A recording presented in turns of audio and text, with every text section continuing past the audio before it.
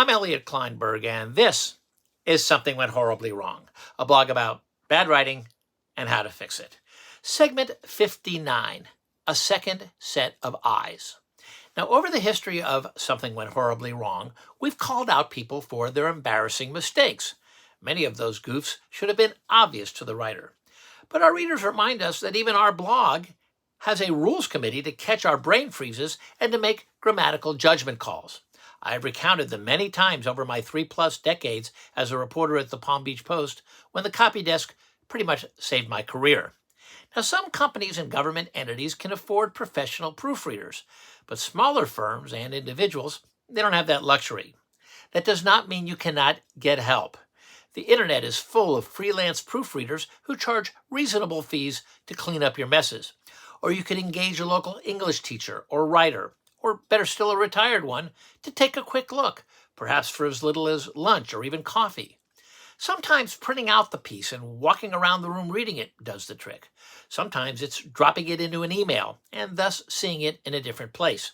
And surely there's a psychological or even physical human trait that leads you to look over your work and decide it's perfect, then hand it to an editor, and even as he's editing it, you look over his shoulder and you see all the things you need to change.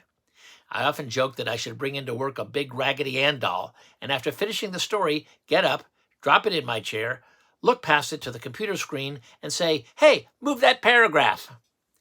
But the best way is through a second set of eyes. It could be your spouse or partner or a friend. It doesn't take a writing expert, just someone who sees your writing from, well, a different angle. Another good tool to have is humility. An editor's work on your writing is not a personal attack. I begged for editing because I knew it would make my story better. Now, when I worked on edits for Black Cloud, my book on the great 1928 hurricane, I spent an hour on the phone with a copy editor. This was 2003, before we did everything on the internet. She was meticulous, pointing out not just grammatical errors or passive writing, but also places where moving a paragraph made a big difference. Naturally, at the end of the session, the chapter in question was terrific. As writers say, it sang. The editor said, "I hope my criticism didn't offend you." I told her, "Look, some of the people with whom you work are prima donna authors.